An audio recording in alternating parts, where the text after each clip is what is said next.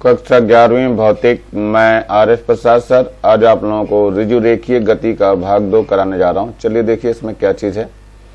सबसे पहले ये दिया हुआ एक वस्तु 6 मीटर प्रति सेकंड के वेग से चलना प्रारंभ करती है तो ये u हो गया, कितना हो गया 6 मीटर प्रति सेकंड।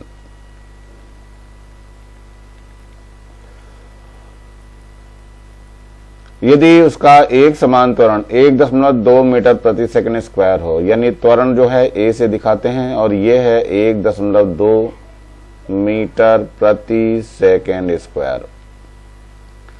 कितने समय पश्चात, पहला पार्ट लेके चल रहे हैं, कितने समय पश्चात उसका वेग 18 मीटर पर सेकंड हो जाएगा। यानी v जो है बताना है, v कितना है 18 मीटर प्रति सेकंड।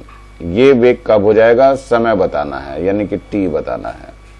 तो चलिए देखिए सूत्र लगा लेते हैं। तो सीधा सीधा सूत्र पहली समीकरण है v बराबर u प्लस at। v दिया है 18, u कितना दिया हुआ है 6 दिया हुआ है, a है आपका 1.2 और t निकालना है। तो ये 18 माइनस का 6 हो जाएगा बराबर 1.2 t हो जाएगा। तो घटा देंगे तो कितना बच जाएगा, 18 में से 6 गए तो 12 बच जाएगा, 12 बराबर 1.2 t हो जाएगा। अब इसमें t का जब मान निकालेंगे कितना आ जाएगा, ये आ जाएगा 12/1.2, दशमलव बटाएंगे ऊपर 10 बढ़ाएंगे और ये 12 से 12 कट जाएगा तो t बराबर हो जाएगा 10 सेकेंड। ये इसका एक आंसर आ चुका है। आगे कह रहा है सेकंड 4 सेकंड में चली गई दूरी, यानी t बराबर दिया है आपको 4 सेकंड और s पूछ लिया है। तो सीधा सीधा सूत्र लगाएंगे s बराबर ut plus 1/2 at square. s तो निकालना है, u कितना दिया है 6 दिया है और t अब की 4 दे दिया है, प्लस 1/2 a पता है आपको 1.2 है, टी स्क्वायर है मतलब 4 गुणा 4 हो जाएगा। तो काट दीजिए, 2 दूनी 4 हो गया। तो s बराबर हो जाएगा 6 चौक 24 प्लस ये 8 हो गया और 8 दूनी 16 और 8 एकम 8 और 1 9, यानी ये 9.6 हो जाएगा। इसको जोड़ दीजिए तो जोड़ने पे कितना आ जाएगा, ये 0.6 तो ऐसे ही रहेगा और 9 और 4 13 हो गया और 2 और 1 3 हो गया। इतने मीटर चलेगा ये और यही आपका आंसर हो जाएगा। चलिए आगे की ओर देखते हैं जरा क्या होगा आगे। इसका थर्ड पार्ट और बचा हुआ है। 18 मीटर पर सेकंड का वेग प्राप्त करने में उसके द्वारा चली गई दूरी, यानी अब v दे रहा है कितना 18 मीटर प्रति सेकंड का वेग प्राप्त करने तक उसकी चली गई दूरी s बताना है। तो सीधा सीधा तीसरी समीकरण ली जाएगी, v स्क्वायर बराबर हो जाएगा u square plus 2as। v तो इन्होंने 18 दे दिया तो 18 का स्क्वायर होगा, u शुरू में 6 का चला था ये तो 6 का वर्ग हो जाएगा प्लस का 2a कितना था हमारे पास 1.2 है तो 1.2 गुणा s हमें निकालना है। तो अब ये कितना हो जाएगा, अब ये आ जाएगा 18 का वर्ग माइनस 6 का वर्ग हो जाएगा बराबर कितना हो गया 2 गुणा 1.2 गुणा s।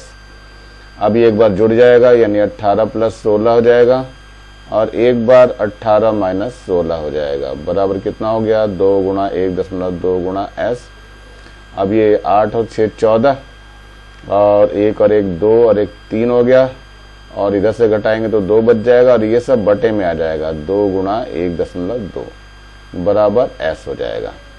दशमलव हटा लेते हैं, यहाँ 10 आ जाएगा, 2 से ये 2 कट जाएगा, 2 छिंग 12 हो जाएगा और 2 एकम 2 और 2 सत्ते 14। तो s का मान निकलिए 2 3 6 हो जाएगा और 2 पंजे 10 हो जाएगा। तो s का मान कितना हो गया 17 गुणा 5/3, यानी कि 7 पंजे 35 को 5 और 5 एकम 5 और 3 8 और बटे 3 हो गया। तो कितना हो जाएगा, ये 3 दूनी 6 हो गया और 3 अठे 24 और 3 3 आएगा। ये इतने मीटर चलेगी वो और यही आपका आंसर हो जाएगा। चलिए है उदाहरण है, ये क्या नाम है, 25 मीटर ऊंची मीनार से एक गेंद 10 मीटर प्रति सेकंड के वेग से ऊर्ध्वाधरतः ऊपर की ओर फेंकी जाती है, गेंद कितनी ऊपर जाएगी ये बताना है आपको। और गेंद धरती से टकराने से पहले कितना समय लेगी। तो मान लिया हमने ये कोई मीनार है, इतनी हमने बना ली। ये पहले एक मीनार बना लेते हैं। तो ये मीनार बन गई है हमारी। चलिए, ये इसका आधार है। ये जो ऊंचाई है इसकी 25 मीटर है। ये 25 मीटर इसकी ऊंचाई है। अब कोई गेंद फेंकी जा रही, तो वो गेंद यूं जा रही है और ऐसे आ रही है। तो जो गेंद फेंकी गई है ऊपर की ओर फेंकी गई है। कितने वेग से फेंकी गई है? 10 मीटर प्रति सेकंड के वेग से। यानी ये फेंकी गई है 10 मीटर प्रति सेकंड के वेग से फेंकी गई है। अधिकतम ऊंचाई पर ये वेग इसका 0 हो जाता है। तो ये तो 25 मीटर है ही है पहले से ही, और ये बाकी दूरी और देख लेते हैं कितनी तय करती है। तो गेंद कितनी ऊपर जाएगी ये बताना है हमें। चलिए देखिए इसको क्या करना है। तो u बराबर तो 10 दे दिया इन्होंने, 10 मीटर प्रति सेकंड। अधिकतम ऊंचाई पर वेग 0 हो जाएगा और a का मान g के बराबर होता है, जो कि g आपका दिया हुआ है 10 मीटर प्रति सेकंड स्क्वायर। तो फॉर्मूला लगाना है v स्क्वायर बराबर है u square plus twice as। तो v तो 0 हो गया, u कितना है, ये ऊपर जाएगा तो माइनस का होगा बच्चों। u कितना है, 10 है, तो 10 का ये वर्ग हो जाएगा, माइनस का 2 गुणा 10 आ जाएगा और ये गुणा s हो जाएगा। तो ये 0 बराबर कितना हो जाएगा, 100 हो जाएगा और माइनस का 20s हो जाएगा। तो 20s बराबर तो 100 हो गया। तो s बराबर हो जाएगा 100/20। 0 से 0 कट जाएगा और ये 5 आ जाएगा। तो s बराबर हो गया 5 मीटर। यानी ये दूरी जो है ये वाली 5 मीटर हो गई। तो कुल ऊंचाई कितनी हो गई धरती से, यानी धरातल से ऊंचाई अगर निकालते हैं तो धरातल से ऊंचाई कितनी हो जाएगी, 25 तो पहले ही थी और 5 मीटर और गई, तो कुल मिलाकर के 30 मीटर हो जाएगी। तो ये ही आंसर होंगे इसके। अब ये कह रहे हैं धरती से टकराते से कितना समय लेती है, यानी अब समय बताना है। तो अब क्या हो गया, अब s तो पूरा लिया जाएगा। s कितना, 30 मीटर पूरी ऊंचाई ली जाएगी। नहीं, ये नहीं होगा अभी। यहां पर क्या है, गति के लिए अक्ष लेना पड़ रहा है हमें। ये यहां मेन जो है ये अक्ष है, यही O बिंदु है। तो O बिंदु से जो नीचे की दूरियां होंगी वो सब ऋणात्मक होंगी। तो s का मान -25 हो जाएगा। ये गति ऊपर की ओर ले रहे हैं तो u का मान जो है आपका दिया हुआ है कितना, ये है 10 मीटर प्रति सेकंड।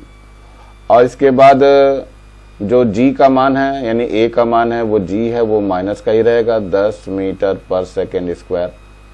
अब हमें t निकालना है। तो t के लिए क्वेश्चन मार्क हो गया। तो फॉर्मूला लगाएंगे s = ut plus half of at square. s कितना हो गया, माइनस का 25 हो गया। u कितना था आपका, 10 था। t हमें निकालना है और ये हो जाएगा माइनस का 1/2। g का मान 10 है और ये t स्क्वायर हो गया। तो ये 2 पंजे 10 हो जाएगा। 5 से काटें तो सारे कट जाएंगे। तो 5 एकम 5, 5 दूनी 10, 5 पंजे 25। जरा और कुछ सही कर लेते हैं इसको। तो माइनस का 5 बराबर कितना हो गया, 2t हो गया और माइनस का t स्क्वायर हो गया। इसको इधर ले आइए तो t स्क्वायर हो जाएगा, माइनस का 2t हो जाएगा और माइनस का 5 बराबर 0 हो जाएगा।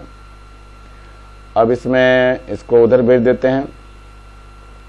तो t स्क्वायर माइनस का ये 2t है और बराबर कितना हो गया, ये आपका 5 हो जाएगा। इसमें 1 जोड़ दीजिए, यहाँ पर भी 1 जोड़ दीजिए। तो ये तो हो गया t-1 का होल स्क्वायर और ये हो गया 6 आपका। तो t-1 बराबर √6 हो जाएगा। तो t बराबर हो जाएगा √6 + 1। इतना सेकंड लगेगा। यही आपका आंसर है।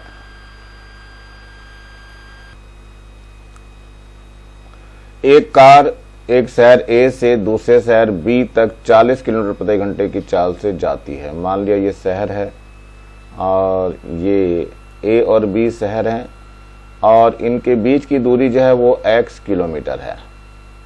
ये दूरी जो है x किलोमीटर है। तो जब जाती है तो जाती कितने से है, 40 किलोमीटर प्रति घंटे की चाल से। तो देखते हैं समय कितना लग रहा है इसको। तो समय बराबर होता है दूरी बटे चाल, समय बराबर होता है दूरी बटे चाल। तो समय जाने में जो t1 लग रहे हैं, दूरी x है और चाल कितनी है, चाल है आपकी 40 किलोमीटर प्रति घंटा। तो ये हो गया समय t1 हो गया। अब ये वापस जब आ रही है तो ये चाल अपनी बढ़ा दे रही है, यानी 60 किलोमीटर प्रति घंटे की चाल ले रही है। तो दूसरा समय निकाल लेंगे, t2 कितना हो जाएगा, x बटे ये 60 हो जाएगा। कुल समय निकाल लें हम, कुल समय कितना हो जाएगा, t1 प्लस t2 हो जाएगा। रख दीजिए, t1 है हमारे पास x बटे 40 और ये है x बटे 60। तो लघुत्तम लेंगे कितना आ जाएगा, 120 आ जाएगा। तो ये 3x हो जाएगा, 6 दूनी 12, 2x हो जाएगा। कुल मिला के कितना हो गया, ये 5x बटे 120 हो गया। तो 5 से काट दीजिए, 5 दूनी 10 और 5 चौक 20, यानी कि समय कुल कितना निकला देख लेते हैं फिर से। कुल समय आ गया x बटे 24। कुल दूरी निकाल लेते हैं, कुल दूरी बराबर कितना हो जाएगा, दूरी x और x चली थी तो कुल मिलाकर के ये 2x किलोमीटर हो गई। ये समय इतने घंटा लगा था। और औसत चाल निकाल लेते हैं। अब औसत चाल का जो सूत्र होता है वो होता है कुल दूरी बटे कुल समय।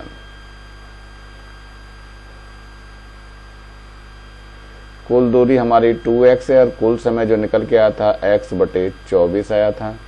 x से x कट जाएगा और ये 2 ऊपर पहुंच जाएगा तो 2 गुणा 24 हो जाएगा, यानी 48 किलोमीटर प्रति घंटा।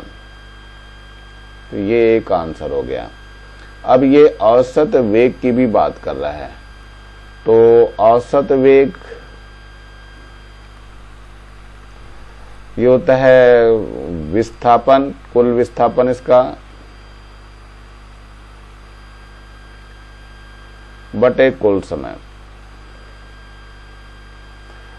तो ये जो भी कार थी ए से बी तक गई, बी से वापस ए तक आ गई, तो विस्थापन तो 0 हो गया इसका।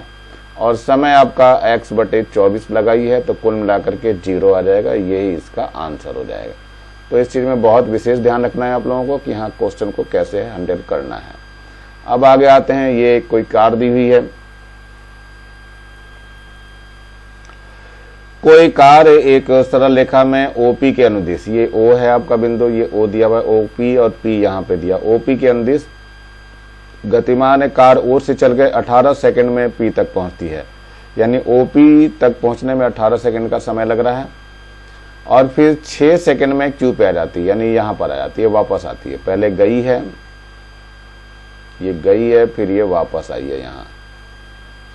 तो कार के औसत वेग एवं औसत चाल की गणना कीजिए। तब ए है, कार O से P तक जाती है, O से P तक जाती है, तब क्या हल हो गया। फिर B है, O से P तक जाकर पुनः Q पर आती है।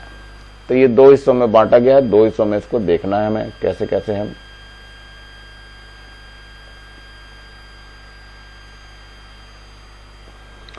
तो पहले हम A पार्ट ले रहे हैं, O से P तक जाने में। तो पहले लेंगे हम, सूत्र होता है इसका औसत वेग है, औसत चाल की गणना करनी है। तो औसत वेग ले लेते हैं पहले।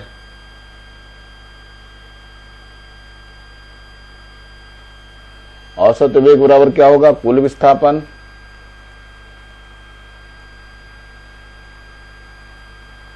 बटा कुल समय। तो कुल विस्थापन देखो O से P तक का कितना हो रहा है, 360 हो रहा है, तो ये 360 हो जाएगा। और समय कितना लग रहा है यहां से यहां तक का, 18 सेकंड लगा था, तो ये 18 सेकंड ले लिया। तो ये काट देते हैं, 18 कम 18, 18 दूनी 36, 20 आ गया, यानी 20 मीटर प्रति सेकंड। एक आंसर आपका आ गया है। चूंकि दोनों ही की दिशा समान है, मतलब ये गति करने की दिशा समान है, विस्थापन भी एक जैसी है, तो औसत चाल भी यही होगी। तो ध्यान रखना, औसत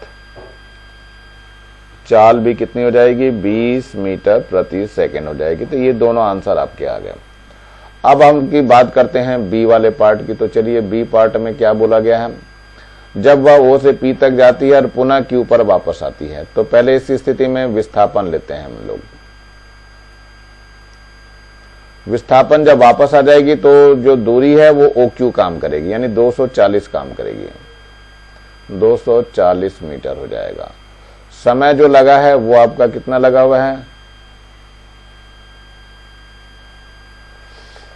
18 और 6 आपका कितना हो जाएगा, 24 हो जाएगा। तो समय हम निकालेंगे तो 24 आ जाएगा। समय बराबर हो जाएगा 18 प्लस 6 यानी कि 24 सेकंड का समय लग रहा है।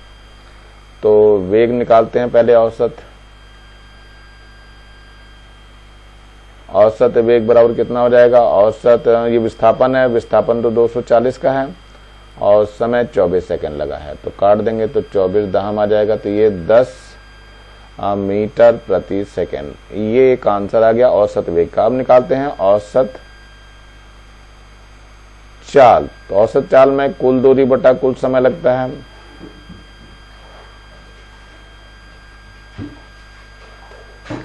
दूरी ध्यान से देखना, पहले 360 तक गई है ये, और फिर जो है कितना चल करके आई है वापस,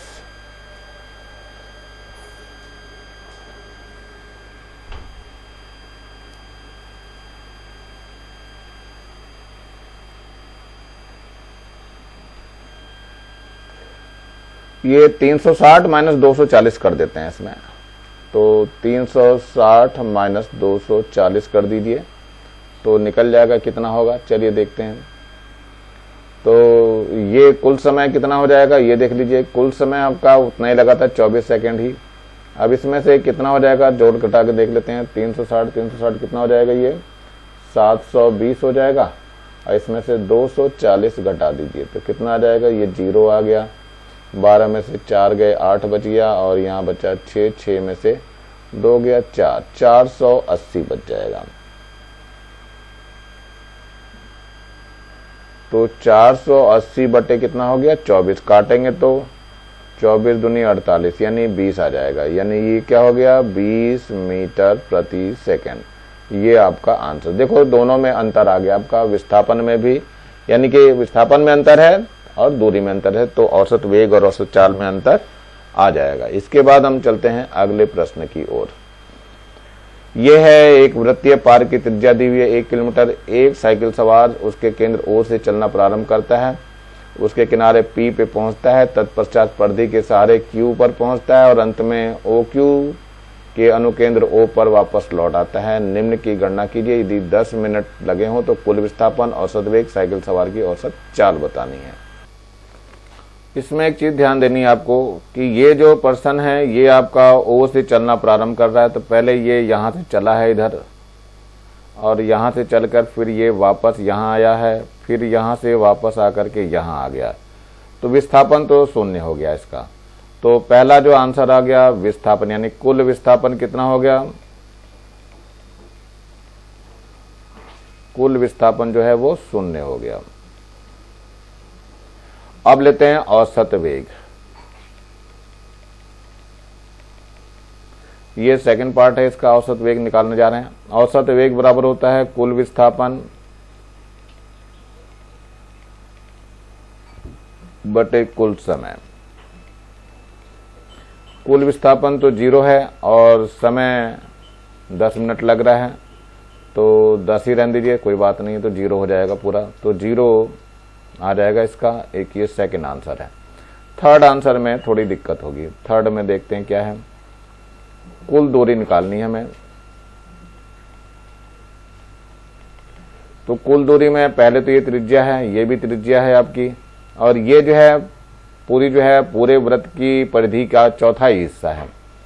तो पहले एक त्रिज्या ले ली, दूसरी त्रिज्या ले ली, और ये 1/4 कितना कर दिया, 2πr कर दिया है। तो ये 2 से 2 कट जाएगा, कितना हो जाएगा, 1 + 1 + पाई।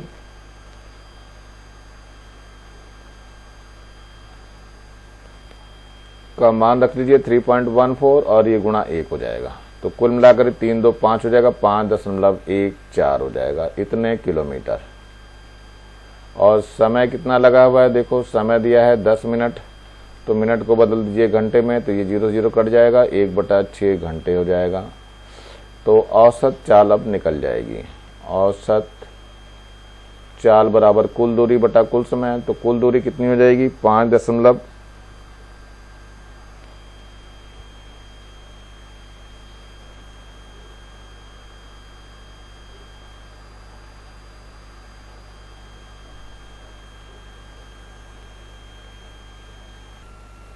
यहाँ पर क्या हुआ है, पाई आर बटे 2 छूट गया हमारा, तो उसको बटे 2 को 2 रखिए ये। तो ये कितना हो गया, 2 प्लस इसको भाग कर दीजिए, 2 एकम 2 हो जाएगा, 2 पंजे 10, 2 सत्ते 14। तो कुल मिलाकर के ये हो जाएगा 3.57 किलोमीटर।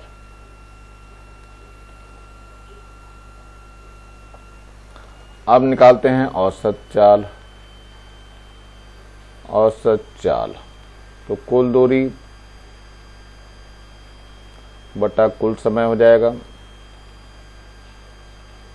यहाँ समय बताना रह गया हमारा, समय कितना था, 10 मिनट था। 10 मिनट को घंटे में बदल दीजिए, तो 10/60 हो जाएगा, यानी कि 1/6 घंटे हो जाएगा। रख दीजिए जरा। कुल दूरी कितनी थी, 3.57 था, समय 1/6, तो ये हो जाएगा 3.57 और ये 6 ऊपर पहुंच जाएगा, इसकी गुणा कर देंगे तो गुणा करके आ जाएगा 21.42 किलोमीटर प्रति घंटा हो जाएगा। ये आपका आंसर हो जाएगा। चलिए अगले प्रश्न की ओर बढ़ते हैं हम लोग। यदि एक सरल रेखा में गतिमान एक कण का वेग समय ग्राफ नीचे दिया गया, पहले 4 सेकंड में कण द्वारा चली गई दूरी, पहले 4 सेकंड में, ये 4 सेकंड यहाँ दिखा रहा है। तो इस 4 सेकंड में हमें दूरी निकालनी है। तो दूरी निकालने का मतलब है कि इस पूरे का हम क्षेत्रफल निकालेंगे। तो देखते हैं क्षेत्रफल कैसे निकालना है, कौन सा क्षेत्रफल निकालना है। ये ध्यान रखना बच्चों, ये इतना पूरा क्षेत्रफल निकालना पड़ेगा, ये पूरा क्षेत्रफल आपको निकालना पड़ेगा, जितना भी है दिया हुआ ये टोटल क्षेत्रफल ही निकालना पड़ेगा। तो निकालते हैं, दूरी के लिए निकाल देते हैं हम। तो दूरी निकाल रहे हैं, दूरी बराबर कितना हो जाएगा, OABCD और ये 4 तक गया है, 4 का क्षेत्रफल। तो चलिए क्षेत्रफल निकाल लेते हैं। पहले सबसे पहले ये त्रिभुज पड़ रहा है OA1 तक का क्षेत्रफल ले रहे हैं हम। तो कितना आ जाएगा, इसमें त्रिभुज बन रहा है, तो त्रिभुज में 1/2 आधार गुणा ऊंचाई हो जाएगी, तो 1/2 आधार इसका देखो 1 है यहाँ पे, और ऊंचाई देखो 20 है, यहाँ से यहाँ तक दिख रही है, ये 20 है आपकी। चलिए फिर आगे देखो प्लस, ये आपका चतुर्भुज बन गया, मतलब एक आयत बन गया है। आयत में ये बीच की दूरी 1 है, तो 1 हो जाएगा, ऊंचाई आपकी 20 ही है, तो ये 20 हो जाएगी। प्लस फिर ये समलंब बन गया। समलंब में क्या होता है कि 1/2 होता है समांतर भुजाओं का योग, तो एक तो 20 है और दूसरी 10 है, तो 20 + 10 हो जाएगा, और गुणा उनके बीच की दूरी तो 1 ही है, ये वाली दूरी 1 है, यहाँ से यहाँ तक की दूरी 1 है, तो ये गुणा 1 हो जाएगा। फिर इसके बाद फिर ये बन गया हमारे पास आयत, तो इसमें प्लस करके 1 गुणा कितना हो जाएगा, ये 1 गुणा 10 हो जाएगा। अब ये क्षेत्रफल आपको पूरा निकालना है, तो देखते हैं कितना आता है। ये काट करके तो 10 आ रहा है आपका, तो ये पहला तो 10 हो गया है, दूसरा ध्यान से देखो तो 20 हो गया है। अब तीसरे को और देखते हैं तो कितना हो जाएगा, ये 1/2 गुणा कितना, 20 और 10 30 हो गया।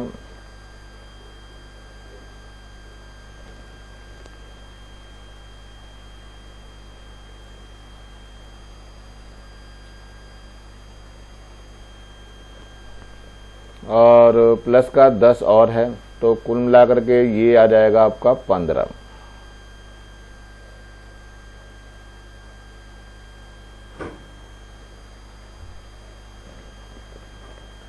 तो कुल मिला के कितना हो गया, 10 और 20 30 हो गया, 10 40, 10 50 और 5 45 मीटर चलेगा। ये आंसर हो गया आपका।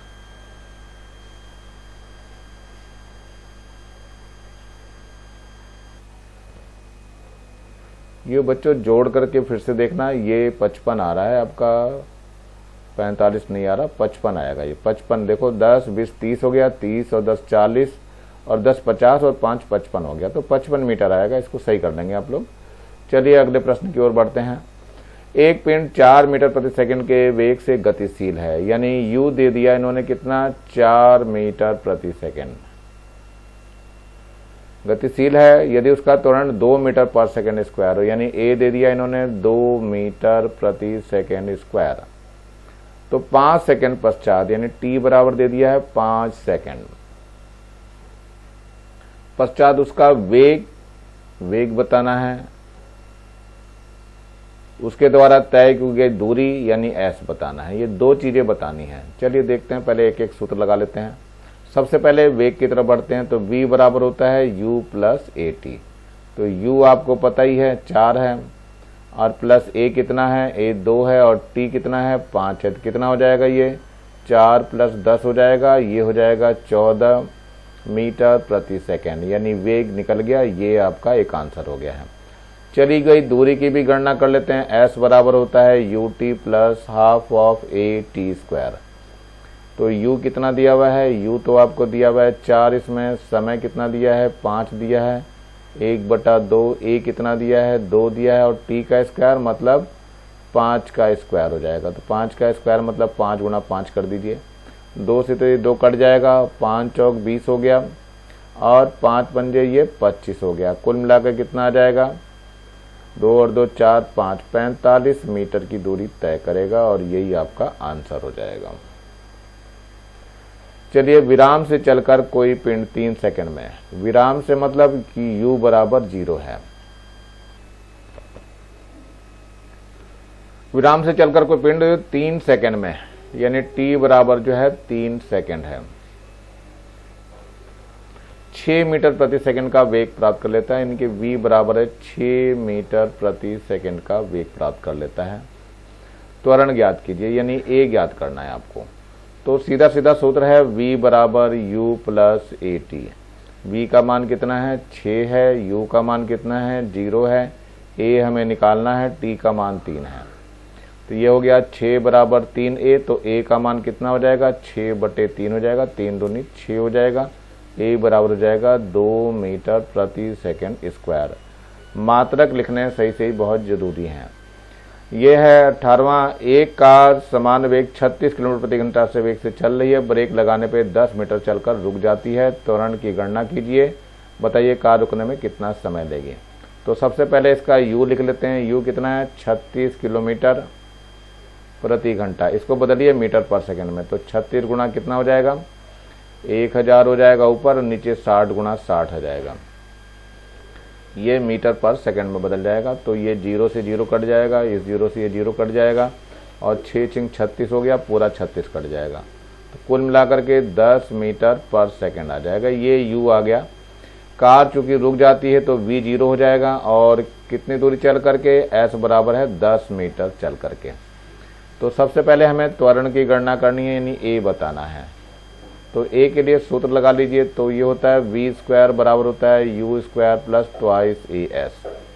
तो v तो 0 हो गया है, 0 का स्क्वायर तो 0 ही रहेगा। u कितना था 10 था, प्लस 2a, और s कितना है हमारे पास, ये भी 10 मीटर है। तो ये 0 बराबर हो जाएगा 100, और प्लस का हो जाएगा 20a। तो 20a बराबर हो जाएगा माइनस का 100। तो a बराबर हो जाएगा माइनस का 100/20, और 20 पंजे होता है 100। तो a का मान कितना आ गया हमारा, a बराबर हो गया माइनस का 5 मीटर प्रति सेकंड स्क्वायर। माइनस चिन्ह क्या बताता है कि ये मंदन होगा, त्वरण नहीं होगा। अब बताना है कितना समय लेती है, यानी t और बताना है आपको। तो t के लिए भी सूत्र लगा लेते हैं। तो v बराबर u प्लस ए टी का सूत्र लगा लेते हैं। v आपका 0 है, u कितना दिया है 10 दिया हुआ है, a का मान माइनस का 5 आया है, और t निकालना है। तो 5t इधर हो जाएगा, 10 ऐसे रहेगा। तो t बराबर कितना हो जाएगा 10/5 हो जाएगा, 5 × 5 5 दूनी 10। तो t बराबर हो गया 2 सेकेंड, और ये आपका आंसर हो जाएगा। एक पिंड विरामावस्था से एक समान त्वरण के अंदर चलना प्रारंभ करता है। तो मान लिया ये यहाँ से चलना प्रारंभ कर रहा है, तो यानी कि u इसका 0 हो जाएगा। यदि प्रथम 2 सेकंड में वह S1 दूरी तय करता है, तो मान लिया यहाँ 2 सेकंड लगते हैं इसको और S1 दूरी तय कर लेता है। ये दूरी S1 हो गया। मान लिया ये O से चलना चालू किया था और A पे पहुंच गया है, तथा अगले 2 सेकंड में S2 दूरी तय करता है, यानी अगले 2 सेकंड में यहां तक चलता है, ये B तक पहुंच जाता है, यानी यहां भी 2 सेकंड ले रहा है और ये दूरी जो है वो S2 चल रहा है। तब S1 S2 में संबंध बताना है। तो पहले O से A तक ले रहे हैं, तो U तो 0 हो गया और T 2 सेकंड हो गया है। तो फॉर्मूला जो लगेगा हमारा S = UT plus half of AT square, S = UT plus half of AT square. तो S तो आपका S1 है, ये 0 हो जाएगा, प्लस 1/2 AT कितना है 2 दिया हुआ है, तो 2 का स्क्वायर कर देंगे। तो S1 बराबर हो जाएगा 0 प्लस 1/2 A है, 2T का मतलब 4 हो जाएगा, यहाँ पे 2 दूनी 4 हो गया। तो S1 का मान कितना आ गया, S1 बराबर 2A आ गया, जहां A त्वरण है। तो चलिए समीकरण नंबर 1 है, कहीं जरूरत पड़ेगी तो ले लेंगे। अब ले रहे हैं O से B तक। O से B तक की जो दूरी है वो S1 प्लस S2 हो जाएगी और समय जो है वो कितना हो जाएगा 2 + 2 4 सेकंड ले लेंगे।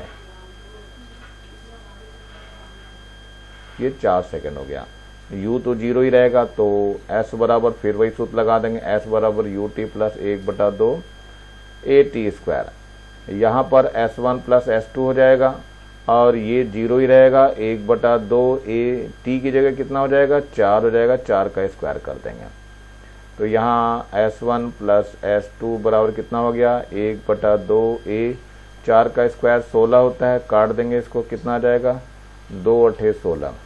तो S1 प्लस S2 बराबर कितना हो गया 8A आ गया है। अब इसमें क्या करते हैं, S1 प्लस S2 बराबर इसमें से क्या करते हैं 4 दूनी 8 कर देते हैं, तो 4 × 2A कर दीजिए। 2A का मान S1 था, तो S1 प्लस S2 बराबर कितना हो गया 4 × यहाँ S1 आ जाएगा, तो S2 निकालेंगे तो 4S1 माइनस S1 हो जाएगा, तो S2 बराबर हो जाएगा 3S1 और यही संबंध है और यही आपका आंसर हो जाएगा। आज बस इतना ही एक्सरसाइज तक होगा, इसके बाद मैं अगले पार्ट में मिलूंगा। नीचे लाल रंग का ये बटन दिखाई दे रहा है, इसको दबा के सब्सक्राइब कर लेंगे और ज़्यादा से ज़्यादा बच्चों को शेयर करेंगे, जिससे ज़्यादा बच्चों को फ़ायदा होगा। और मेरे वीडियो को कम से कम लाइक करेंगे, कमेंट्स करेंगे, जिससे मुझे पता चलता रहे कि आप लोग ये मेरा वीडियो देख रहे हैं और आप लोगों को कैसा लग रहा है। और बेल आइकन को भी दबा लेंगे, जिससे कि मैं वीडियो डालूं और आप लोगों को नोटिफिकेशन तुरंत मिल जाए। Thank you, have a nice day. इसी के साथ मैं RS प्रसाद सर आज का वीडियो यहीं समाप्त करता हूं।